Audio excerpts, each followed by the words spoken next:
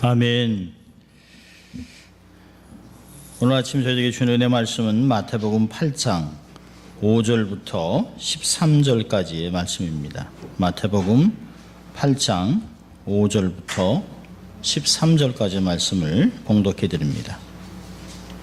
하나님의 말씀입니다. 예수께서 가버나움에 들어가시니 한 백부장이 나와여 간구하여 가로되 주여 내 하인이 중풍병으로 집에 누워 몹시 괴로워하나이다. 가라사대 내가 가서 고쳐주리라. 백부장이 대답하여 가로되 주여 내 집에 들어오심을 나는 감당치 못하겠사오니 다만 말씀으로만 하옵소서. 그러면 내 하인이 낫게 삼나이다. 나도 남의 수하에 있는 사람이요 내 아래도 군사가 있으니 이리로 가려 하면 가고 저더러 오라 하면 오고 내 정도로 이것을 하라 하면 하나이다. 예수께서 들으시고 기이 여겨 쫓는 자들에게 이르시되 내가 진실로 너에게 이르노니 이스라엘 중 아무에게도 이만한 믿음을 만나지 못하였노라. 또 너에게 이르노니 동서로부터 많은 사람이 이르러 아브라함과 이삭과 야곱과 함께 천국에 앉으려니와 나라의 본 자손들은 바깥 어두운 데 쫓겨나서 거기서 울며 이를 갈미 있으리라. 예수께서 백부장에게 이르시되 가라 내 믿은 대로 될지라 하시니 그시로 하인이 나으니라. 아멘. 하나님의 말씀이었습니다. Good morning. 좋은 아침입니다. 자, 우리 한번 또 해볼까요? 양손을 좀 가슴에 얹고 우리가 두 번 외쳐보는데요. 나는 하나님의 특별한 사랑을 받은 사람입니다. 두 번 해보겠습니다. 나는 하나님의 특별한 사랑을 받은 사람입니다. 나는 하나님의 특별한 사랑을 받은 사람입니다. 믿습니까, 여러분? 네. 자, 한번 같이 해볼까요? 하나님을 기쁘시게, 사람을 행복하게. 그렇습니다. 오늘은 예수를 만난 사람들 네 번째 가버나움의 백부장에 대해서 말씀을 나누려고 합니다. 최근 들어서 대기업, 중견기업의 회장이나 오너 일가에 대한 갑질이 계속 사회에서 이슈가 되고 있습니다. 잘 아는 대로 우리 대한항공 땅콩회항, 또 비행기에서 술이 취해가지고 만취가 된 그 중견 기업의 사장 아들이 승무원을 폭행하고 승무원에게 침을 뱉고 이런 모든 내용들이 사진까지 합쳐서 SNS에 도배를 했습니다. 경찰에 나올 때는 모자를 눌러주고 마스크로 얼굴을 가리고 나와서 죄송합니다 라고 한마디 했습니다마는 사실 죄송한 것 같지 않습니다. 기회가 되면 또다시 갑질을 할 것입니다. 최근에 또 미스터 피자의 그 정우현 회장이 경비원을 폭행하고 또 일감 몰아주고 보복 경영을 하고 이런 재벌들의 탈세, 진절머리가 나죠. 우리가 이제 잘 아는 기독교 기업이라고 하는 그 이랜드 기업이 있습니다. 이랜드 기업의 이제 계열사인 애실리라고 하는 식당에서는 이 알바 학생들의 임금을 꺾기로 해서 10분 일찍 가게 하고 15분 일찍 가게 해서 30분씩 깎아서 돈을 줄여서 주는 바람에 학생들이 눈물을 흘립니다. 이게 무슨 기독교 기업입니까? 교회는 장로요 또 많은 사람들에게 간증도 해서 하나님의 기업이라고 했던 이랜드가 이런 행동들을 저지르고 있습니다. 아마 가난할 때는 주를 섬겼겠죠. 그러나 돈이 엄청나게 모이고 그 대기업이 되니까 부를 계승하는 장이 되어버렸습니다. 재벌과 2세, 3세는 불법 승계를 통해서 하루아침에 천문학적인 부를 불리고 있습니다. 이러니까 금수저, 은수저, 흙수저란 말이 나오는 것이에요. 아무리 해도 10억, 1000억을 벌겠습니까? 근데 하루아침에 3조, 4조씩 늘어나는 기업 2세, 3세들의 삶을 보면 사실 허탈한 것은 말할 수 없습니다. 그런데 모두가 다 그러냐? 그렇지 않습니다. 모든 기업인이나 모든 권세자들이 다 그렇게 사는가? 그렇지 않습니다.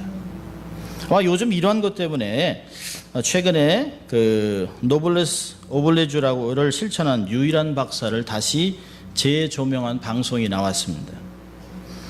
1926년 유한양행을 설립한 인물인데요. 1962년 제약업계 최초로 주식을 상장해서 자본과 경영을 분리했습니다.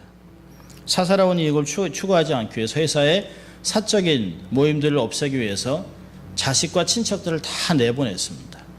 누구든지 실력이 있으면 경영진에 들어올 수 있다라고 모든 사람들에게 그 길을 열어놨습니다. 능력 있는 자가 회사를 이끌게 했습니다.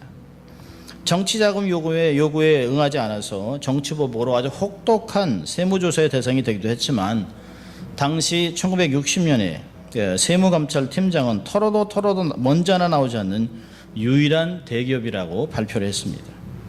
1960년에 권력과 타협하지 않으므로 세무조사를 했는데요. 결과 1원도 탈세하자는 사실이 드러났습니다. 모범 납세 기업으로 선정됐습니다. 요즘 있는 신문에 나오는 또 이렇게 방송에 나오는 이런 기업들과는 아주 다른 모습으로 삶을 살았습니다. 유란 박사는 기업이 가족이 아니라 나라를 위해서 일하는 것이라 굳게 믿었습니다. 1971년 사망한 그는 주식은 학교 전부에 기증하고 아들은 대학까지 공부를 시켜줬으니 이제부터 자신의 길은 스스로 개척하라는 유서를 남겼습니다. 아버지의 마지막 유언을 이행하듯 유일한 박사 가정은 한 명도 유한양행의 경영에 일절 참여하지 않고 있습니다. 또 유일한 박사의 딸인 유재라는 세상을 떠나면서 200억 원대의 재산을 사회에 환원했는데요. 2대에 걸쳐서 전 재산을 사회에 환원한 셈입니다. 이런 것들을 우리는 보고 싶은 것이죠.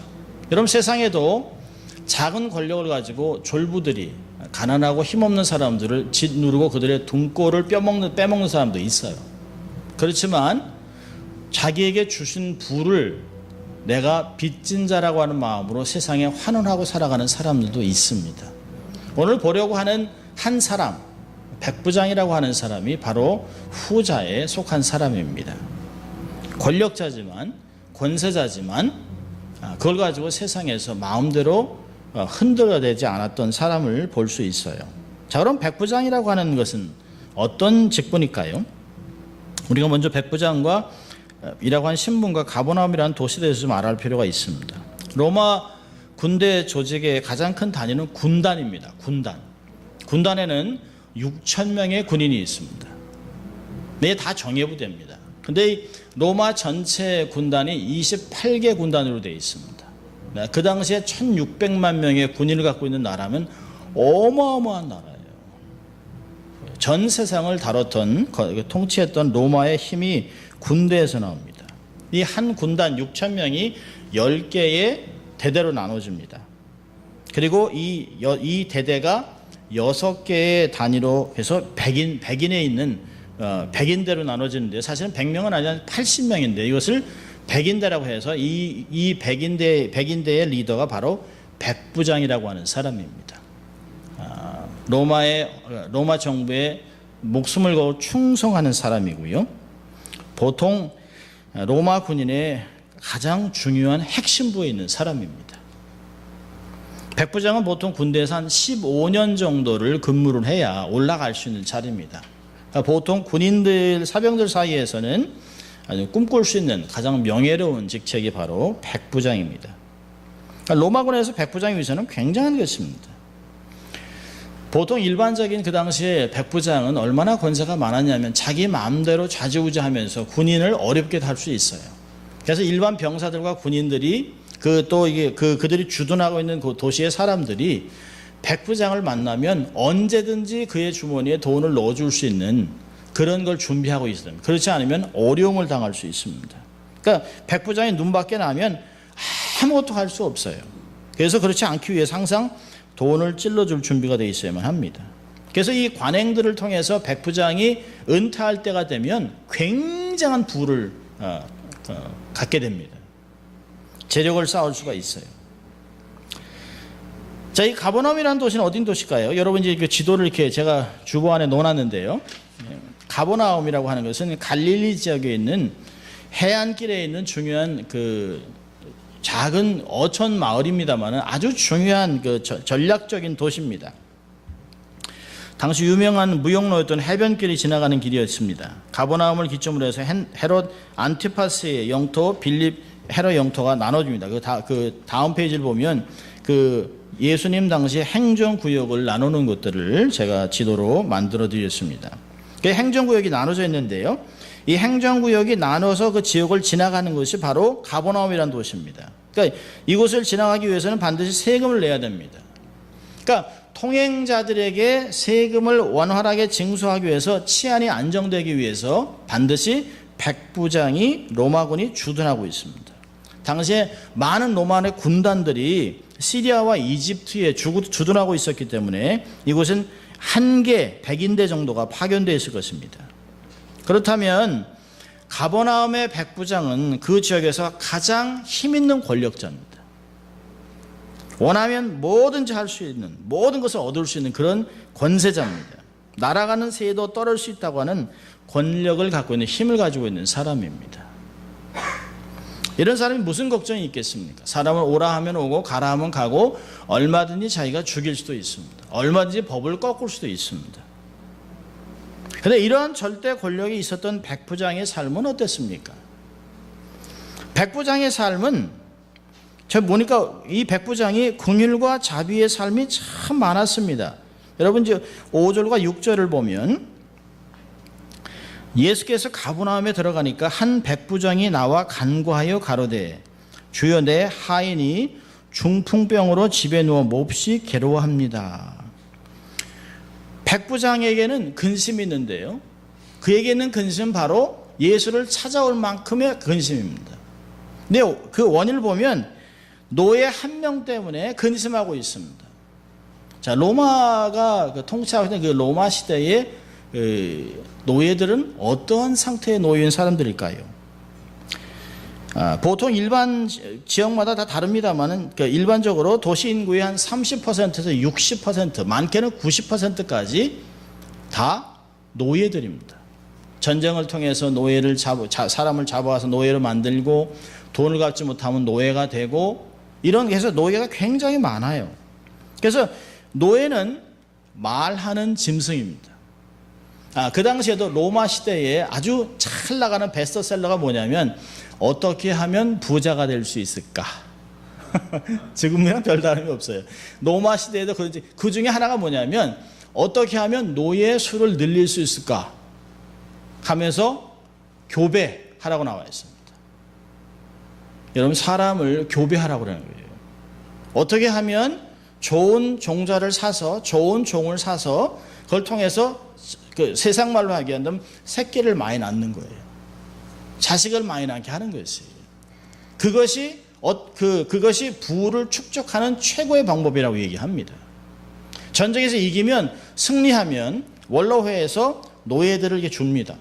그래서 어떤 원로원은 계산해 보니까 6,000명의 노예가 있었다고 그래요, 집에. 어마어마한 것이죠. 세네카는 철학가는 노예는 사람이 아니라 가축이기 때문에 입술을 조차 움직일 권리도 없다 말했습니다. 기침만 해도 채찍질 당하고 물을 느리게 가져왔다고 300대 채찍질을 해서 거의 병신을 만들었습니다.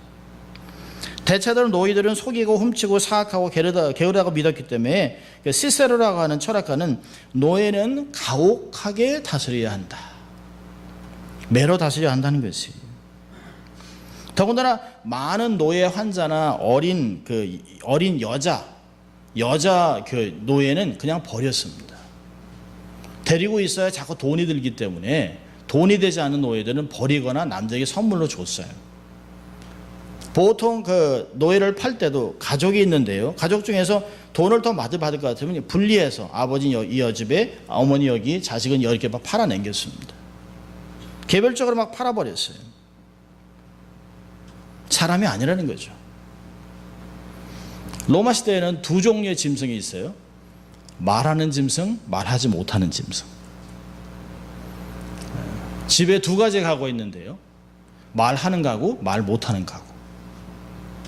그렇게 노예를 정해놨습니다. 그런데 오늘의 백부장은 노예를 그렇게 학대하는 사람이 아닙니다. 그는 노예를 아끼고 사랑하는 인품을 가진 사람이에요. 그는 자신의 종이 중풍병을 앓게 되자 그를 살리기 위해서 갖은 노력과 수단을 써봤습니다.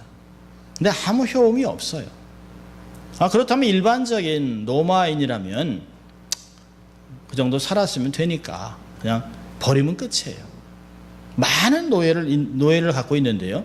한 명 죽는다 크다 중요한 일이 아닙니다.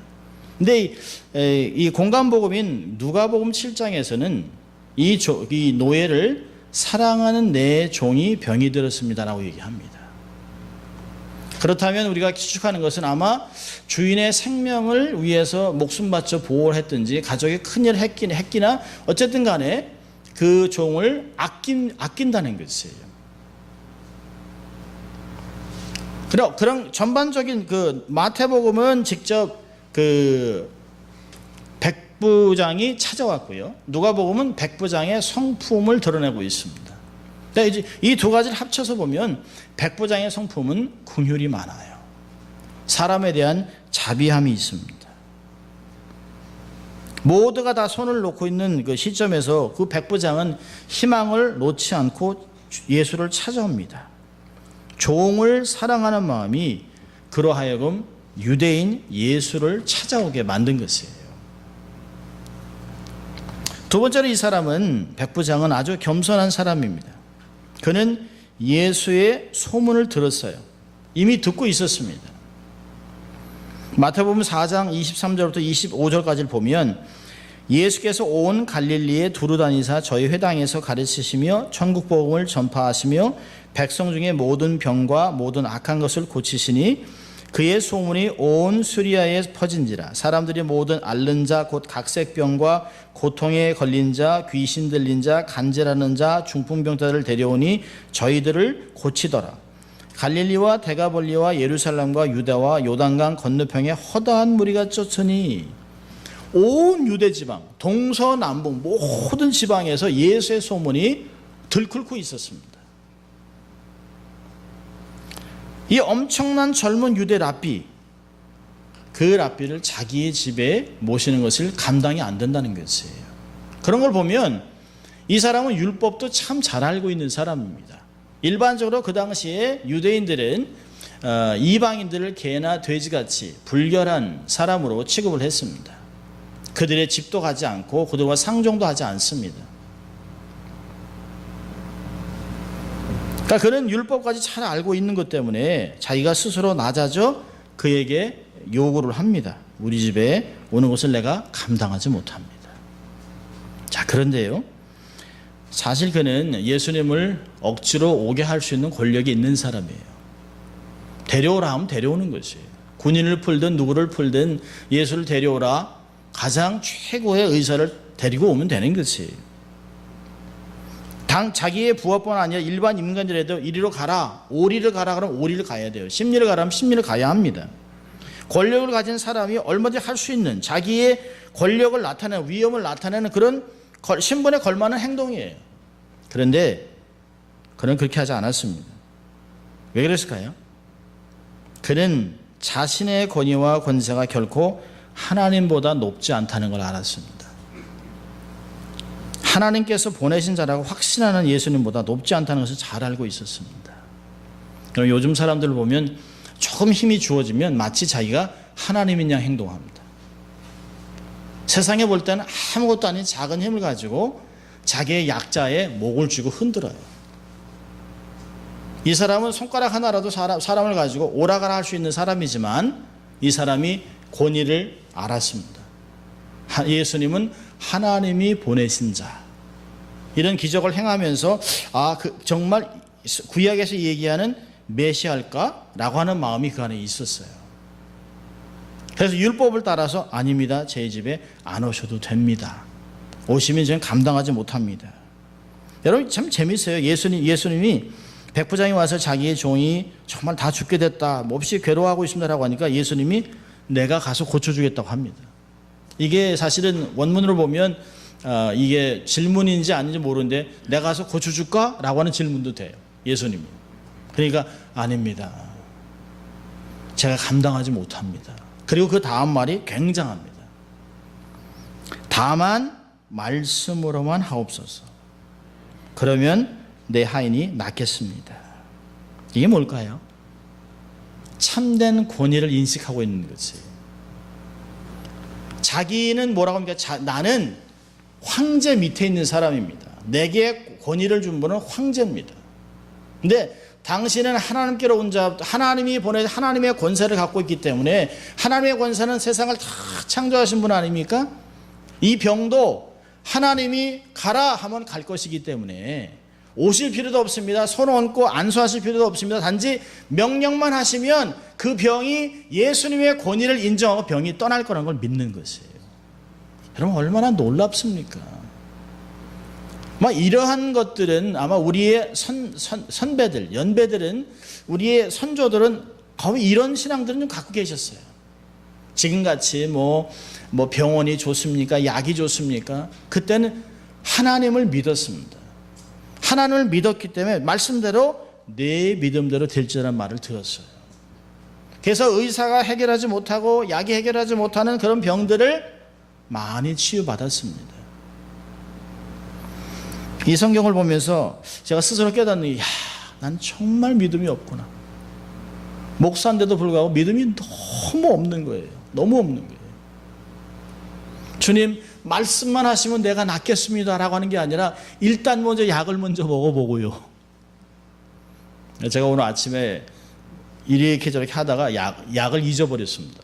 약 먹는 걸 잊어버렸어요. 그래가지고 이제 혈압이 올라가고 얼굴이 빨개지고 하는데, 그 약을 어떻게 할까 이러고 있었습니다. 근데 다시 말씀을 보면서 마치 이러신 것 같아요. 정말 어떻게 설교할래? 어떻게 설교할래? 하나님이 모든 것을 지금도 통치하고 있다는 걸 우리는 자꾸 잊어버려요. 하나님이 다른 사람은 다 고쳐줄 수 있어도, 다른 건 다 해결해도 내 문제는 너무 힘든 거예요. 내 병은 아무도 못 고치는 거예요. 내 문제는 아무도 몰라요. 주님도 모른다는 거예요. 주님도. 얼마나 놀랍습니까? 다만 말씀만 하십시오. 말씀으로 천지를 창조하신 하나님을 알고 있는 것이에요. 여러분, 우리가 성경을 얼마나 많이 읽습니까? 하나님이 빛이 있으라 그러면 빛이 있었습니다. 물과 땅이 갈라지라 하면 갈라졌어요. 그 하나님이 육신을 입고 이 땅에 오셨습니다. 그 예수님이 명령하니까 이루어졌어요. 동일하신 성령님이 우리 안에 계세요. 우리 안에 계시면서 말씀하시는데 우리는 그걸 안 듣습니다. 안 믿습니다. 세상에 너무 많은 것들이 있어요. 우리는 다시 본질로 돌아갈 때가 됐습니다. 주님에게 말씀만 하십시오. 최고의 권위를 주님께 드리고 그분의 권세에 모든 것이 순복한다는 걸 받아들이는 것이, 이게 얼마나 중요한지 몰라요. 여러분, 권세가 있던 사람인데 한 사람 때문에 자기가 겸손하고 그분의 권위 속에 들어가는 그 사람에게 주님의 평가는 대단했습니다. 10절에 보니까 주님이요, 주께서 들으시고 기이 여겨 쫓는 자들에게, 자기 제자들에게 내가 진실로 너에게 이르는데 이스라엘도 이러한 믿음이, 큰 믿음 있는 사람을 본 적이 없다라고 얘기합니다. 주님의 평가는 굉장한 칭찬입니다. 여기에 기이 여겼다라고 하는 헬라 말 나우마저라고 하는 단어는 딱 2번밖에 안 나와요. 마가복음 6장 6절에 등장하는데요, 한 번은 예수님께서 고향에서 배척받을 때 고향 사람들이 너무 안 믿으니까 깜짝 놀랍니다. 그래서 말씀하시잖아요. 선지자가 자기의 고향에서 인정을 받을 수가 없다는 거예요. 그러면서 떠나면서 믿음이 없는 것을 놀라요. 오늘 여기서는요, 이방인의 믿음을 보고 기이 여겼더라, 깜짝 놀랐어요. 깜짝 놀란 정도가 아니에요. 말을 잊은, 요즘 같으면 그냥 뒤집어지는 거예요. 너무 놀라가지고 어떻게 이럴 수 있을까? 선민인 이스라엘 중에서도 이런 믿음을 본 적이 없다는 것이에요. 스스로 저는 질문을 해봅니다. 주님이 나의 믿음을 보고 무엇 때문에 기이 여길까? 아이고, 목사가 이렇게 믿음이 없냐? 주님이 그러면서 깜짝 놀라실까? 아니면 이야, 그래도 믿음이 있네 라고 놀라실까? 중간지대는 없어요. 주님이 나의 믿음의 수준이 어떤지, 믿음이 얼마큼인지 주님은 너무 잘 아세요. 주님의 칭찬을 받았던 사람입니다. 그리고 어떤 말씀을 들을까요? 13절을 보니까 내 믿음대로 될지어다. 그 시로 하인이 나았습니다. 여러분, 이 말씀을 들은 대로요, 놀랍게 뭘 어떻게 해야 됩니까? 예수님 하지 않아요. 그 말씀을 듣고 그대로 갑니다. 그 말씀 믿고 가요. 그런데요, 아파 죽게 되던 종이 이미 강건해졌어요. 누가복음 7장 10절 보니까 주인이 백부장이 왔을 때 이미 종이 강건해져 있습니다. 이 강건하다는 단어는 회복됐다, 원상태로 돌아왔다, 그런 뜻입니다. 아파서 죽을 찡이던 종이 갑자기 자다가 일어난 것 같이 훌훌 털고 일어났습니다. 집안이 발칵 뒤집어지는 거였어요. 여러분, 다 죽을 때가 돼서 아유, 우리 백부장이 예수한테 갔지만 아유, 이 녀석이 이거 언제 죽을지 모르는데 장사 칠 거 다 준비하고 있는지도 몰라요. 근데 그냥 잠자고 하품하고 일어나가지고 언제 아팠는데 이러고 일어났습니다. 자기도 놀래가 모든 사람이 다 놀란 것이에요. 백부장이 돌아와서 물어봤겠죠. 이 도대체 어떻게 된 것이냐? 아마 알고 있겠죠. 그래서 시간을 이렇게 딱 계산해 보니까 예수님이 내 믿음대로 가라, 내 믿음대로 될지어다라는 그때라는 걸 발견합니다. 얼마나 놀라운 광경일까요? 야, 과연 그는 유대인이 기다린 메시아 아닌가? 여러분, 듣고 믿던 것이 삶에서 경험될 때 신앙은 새롭게 눈을 뜨는 것이에요. 새롭게 업그레이드 되는 것이에요. 우리는 너무 그냥 듣고 아는 것으로 그냥 끝날 때가 너무 많습니다. 알긴 아는 것 같아요. 많이 들은 것 같아요. 근데 삶에서 한 번도 경험이 없어요. 여러분, 욥이 42장 5절에 하나님께 드리는 말을 들어보세요. 하나님, 내가 죽게 대하여 귀로 듣기만 하였었더니 이제는 눈으로 주를 봅니다. 여러분, 이런 고백이 있어야 되는 것이에요. 주님이 내 기도 응답하셨습니다. 내 삶을 치유하셨습니다. 하나님이 나를 만져주셨습니다. 응답하셨습니다. 하나님 살아계십니다. 라고 하는 고백이 있어야 되는 것이에요. 이 일 때문에 백부장, 가족, 실수 모두가 예수를 믿게 됐을 것이에요. 우리도 우리의 작은 믿음이 지식이 검증되는 시기가 있어야 합니다. 자, 우리 두 가지 한번 교훈을 적용해 보려고 하는데요. 첫째로는 복음을 살아내야 합니다. 복음을 살아내십시오. 말로만 믿는다고 하지 말고 삶의 복음이 증명되도록 하세요. 하나님을 경외하고 사람을 사랑하고 주어진 힘을 지혜롭게 도움이 필요한 것에서 사용하십시오. 하나님의 영광과 생명을 살리는 일에 자기에게 주신 지식, 힘, 재물, 능력, 경험을 사용하세요. 여러분, 세상에서도 재능을 기부합니다. 재능 기부라고 합니다. 시간을 들여서 자기의 재능을 사회에 환원을 해요. 우리는요, 하나님이 내게 주신 재능, 건강, 지식, 경험, 재물, 관계, 모든 걸 동원해서 가지고 세상을 섬기며 살아야 합니다. 기독교인들은 타인의 부족을 채우는 것이 우리의 사명인 줄 알아야 합니다. 세상이 내가 하나님의 나라 백성임을 알아야 합니다. 저 사람 예수 믿는지 아닌지, 성경은 들고 있는데 교회를 나가나? 교회를 다니는 것 같은데 세상 사람과 하나도 안 달라요. 최근에 신문에 아주 재밌는 기사가 났어요. 어느 성직자가 노스캐롤라이나에서 차를 이렇게 휴리해서 막 달려갔는데 어느 차가 휘 껴들으니까 이 성직자가 총을 꺼내가지고 경찰에 잡혔어요. 성공의 신부. 세상이 어떻게 돌아가는지 몰라요. 성공의 신부가 콜베 타고 다니고, 빨간 콜베 자기 차를 추월하니까 총을 꺼내가지고 반자동 소총을. 극단적인 예입니다마는 우리는 어떻게 살아가는가? 하나님이 가끔 우리의 삶을 덜컹덜컹 이렇게 흔들리게 해놓습니다. 후리에서 차가 들어오든지 줄 서면서 어떤 사람이 새치기를 하든지 우리의 삶을 이렇게 힘들게 하면 내 안에 있던 내면의 욕망과 성질이 다 폭발을 해버려요. 그건 복음을 살아내는 것이 아닙니다. 복음은 절대로 우리에게 갑질을 하라고 그러지 않습니다. 복음은 우리에게 최고의 갑이 되거나 최고의 5% 성공을 하거나 고지로운 성공담을 요구하지 않습니다. 성경이나 하나님은 우리에게 성공을 요구하지 않아요. 성경은 하나님은 우리에게 신실함을 요구합니다. 성실함을 얘기해요. 믿음 있는 삶을 요구하고 있습니다. 여러분, 세상에서는 오히려 의리되고 힘없는 사람을 대변하고 그들을 돕고 섬기며 내세에 소망을 갖고 살아가는 것이 복음의 핵심입니다. 너무 이 땅에서 잘 살려고 하지 마세요. 이 땅에서 너무 모든 것을 다 누리려고 하지 마세요.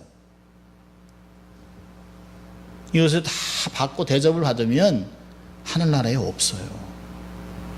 은밀하게, 왜 주님이 오른손에 하는 것을 왼손에 모르게 그렇게 은밀하게 하라는 것이에요.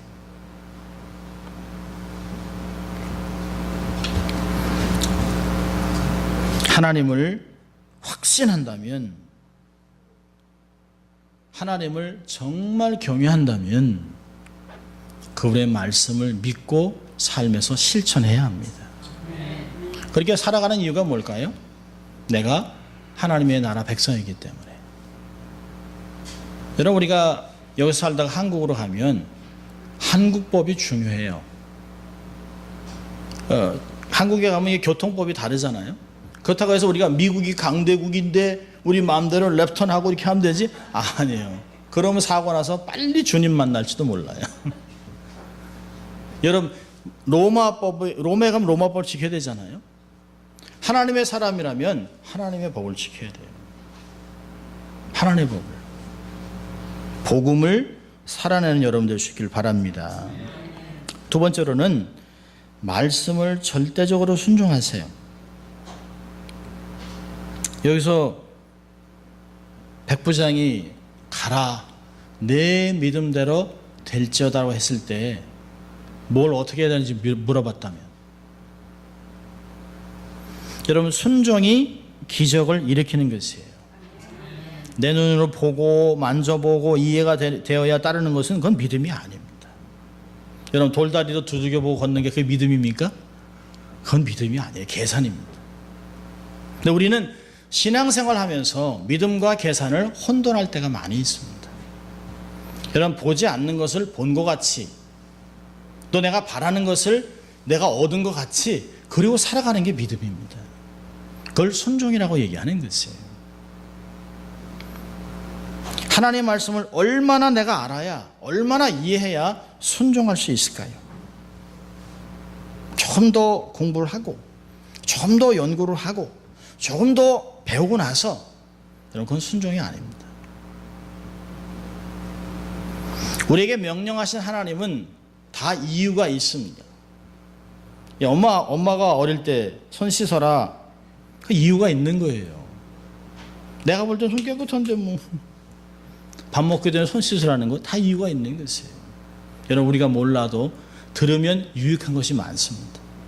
여러분, 인간사도 그렇다면 나의 삶을 안카박을 정확하게 아신 하나님이 이것을 하라, 하지 말라고 명령한 두 가지를 주셨다면, 하라를 명령한 것을 순종하면 확장이 됩니다. 팽창합니다. 하지 말라를 명령하면 보호를 받습니다. 하나님이 보호막을 쳐줘요. 하나님의 방법이 그렇습니다. 믿음의 사람, 성경에 있는 모든 믿음의 사람들은 다 순종으로 이뤄냈어요. 아브라함을 보세요. 창세기 26장 5절을 보면, 이는 아브라함이 내 말을 순종하고 내 명령과 내 계명과 내 율례와 내 법도를 지켰음이라 하시니라. 자, 그런데 히브리서 11장 8절에 가면, 믿음으로 아브라함은 부르심을 받았을 때에 순종하여 장래 기업으로 받을 땅에 나갈새 갈 바를 알지 못하고 나갔다고 했습니다. 갈 바를 모르지만 순종하는 것이에요. 결과를 모르지만 순종하는 것이에요. 손해보는 것 같지만 순종해 나가는 것이에요. 여러분, 이스라엘 백성들이 요단강을 건널 때 법궤를 맨 제사장들이 막 범람하는 요단강에 발을 디딜 때 강이 갈라졌습니다. 순종할 때 기적이 나오는 것이에요. 내가 왜 삶에서 기적을 경험하지 못할까? 내가 왜 삶에서 말씀이 성취됨을 경험하지 못할까? 여러분, 순종이 없는 것이에요. 순종은요, 믿음이 없기 때문에 그런 것이에요. 믿음은 누구에게 있는가요? 하나님께 둬야 하는 것이에요. 하나님을 믿는 것이 없기 때문에 순종을 못하는 것입니다. 우리가 가끔 그러잖아요. 어린 자녀들한테, 야, 아빠를 믿어라. 아빠를 믿어. 아빠를 믿어. 그리고 그대로 해. 그럼 된다니까. 안 들어요. 그리고 세월이 지나서 아빠가 되고 나서 똑같은 얘기를 합니다. 아이, 믿으라니까. 사람들이 그렇습니다. 이게 여기 이렇게 가면 넘어져요. 이게 돌에 넘어져요. 이렇게 하면 그 피해 가면 되는데 넘어지고 나서 뒷사람한테 넘어져요 하게 합니다. 순종하면 겪지 않아도 될 어려움을 겪지 않습니다. 어려움 속에서 건짐을 받습니다. 여러분, 음지의 사람들에게 빛을 볼 수 있도록 도와주세요. 소외된 사람들에게 소망과 자신감을 실어주세요. 주어진 힘과 권세를 가지고 빚을 갚는 마음으로 세상의 사람들에게 나누며 살아주세요. 그렇게 살다가 내면의 믿음을 주님께 인정받고 내 주위의 사람을 살리는 인생이 되십시오. 백부장, 얼마나 대단한 사람, 이름도 기억되지 않지만 이 사람의 삶이 평생 우리가 죽을 때까지 성경에 기록되어 있습니다. 이 사람 믿음이 얼마나 고귀하길래 성경에 기록되어 있습니다. 여러분, 한 주간 삶을 살아가면서 내 주위에 있는 사람들에게 생명의 스파크를 전해주세요. 나를 만날 때 번쩍하며 삶이 눈이 띄어지고, 하나님 살아계신가 보다. 정말 예수 믿는 게 정말 좋은 것 같아 라고 하는 것들을 간증하며 살아가는 여러분 되시길 주의 이름으로 축원합니다. 기도하겠습니다. 하나님 아버지, 감사합니다. 오늘도 저희들을 예배로 초청하시고 말씀으로 어떻게 삶을 살아갈지 고민하신 것 감사합니다. 하나님이 주신 저희들에게 주신 모든 것들을 감사함으로 받고 이것을 주를 위해 잘 사용하며 사람을 살려내는 삶을 살아갈 수 있도록 저희를 축복하여 주시옵소서. 감사하고 예수님 이름으로 기도합니다. 아멘.